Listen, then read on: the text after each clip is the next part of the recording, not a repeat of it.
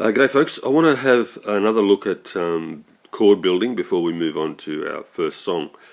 So far we've got G chord, a C chord and a D chord.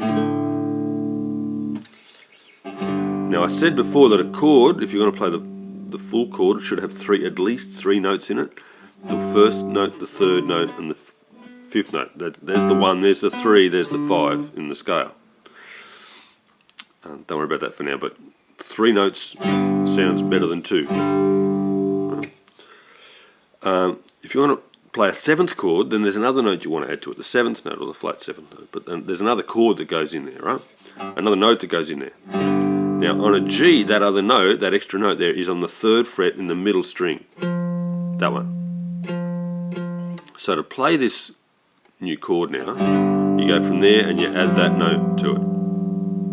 Now, you can do that with these 2 fingers, or you can do it with these 2 fingers. You can do it with that one if you like, and that's a good exercise if you want to try that at this stage. That would be a bit challenging for most people, but give it a go.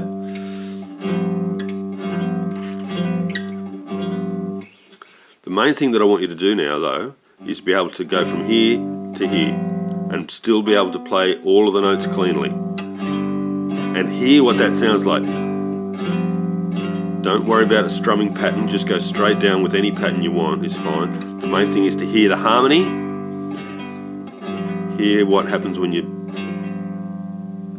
add that 7th note, that extra note there to make it a 7th chord, and also that you're able to physically, manually make that change, right? Before we grab the 2-note chord just by doing that, grabbing the shape, now we're going from 1 note to 2 notes. So once you can do that, we're going to do it again now with the 4 chord, the C chord. Okay, now we said we had a C chord there. We can also add the 7th note here on the 3rd fret for it.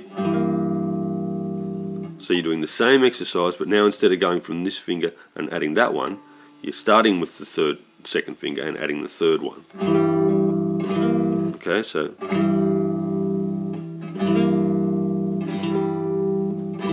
do the same thing, straight down.